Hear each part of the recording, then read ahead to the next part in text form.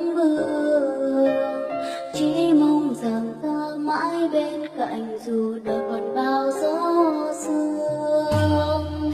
Và chuyện tình yêu bây giờ vẫn thế, em vẫn luôn yêu anh thôi dẫu anh giờ đây đã khác rồi. Tình yêu mà em thương đến bao lâu nếu không khi anh nói câu anh thấy chúng ta không hợp nên chia tay.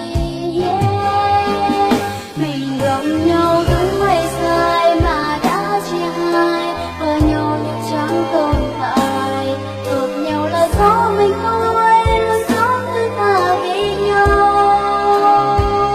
Tìm được nhau dễ dàng đâu, có phải bên nhau một ngày hay 4 năm hôm. Để anh nói câu không hợp là do duyên số hay sao? Vậy anh có chắc bao năm mọi thứ yêu thương anh trao xin mỗi em không? Mình gặp nhau sai thời gian, sai người nói mong mong. Nhìn người mà em từng thương cứ thế đi xa từng bước trên phố quen thuộc. Một người đứng trong một người thuốc xa dần.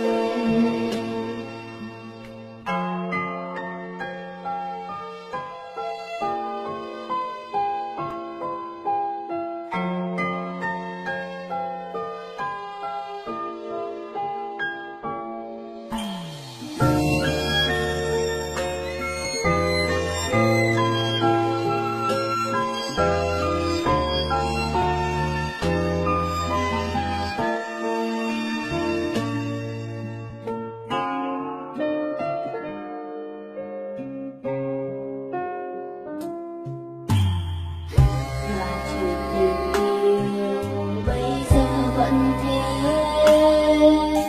em vẫn luôn yêu anh thôi dẫu anh giờ đây đã khác rồi.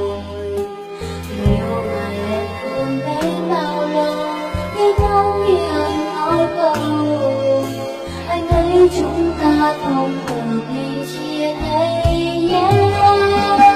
Mình gặp nhau đúng hay sai mà đã chia hai, có nhau nhưng chẳng tồn tại.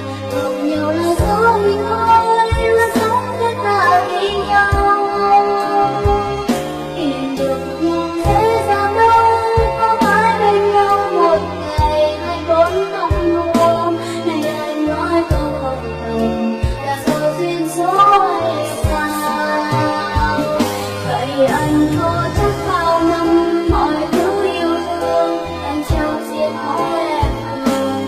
Mình gặp nhau sai thời gian, là sai lời nói không mong.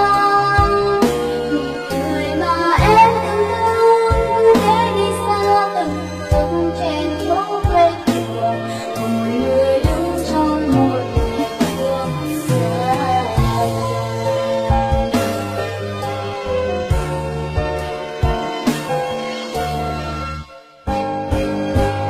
Mình gặp nhau đúng hay sai mà đã chia hai, có nhau nhưng chẳng tồn tại. Hợp nhau là do mình thôi, luôn sống thứ tha vì nhau. Tìm được nhau dễ dàng đâu, có phải bên nhau một ngày hay 4 năm hôm. Để anh nói câu không hợp là do duyên số phận.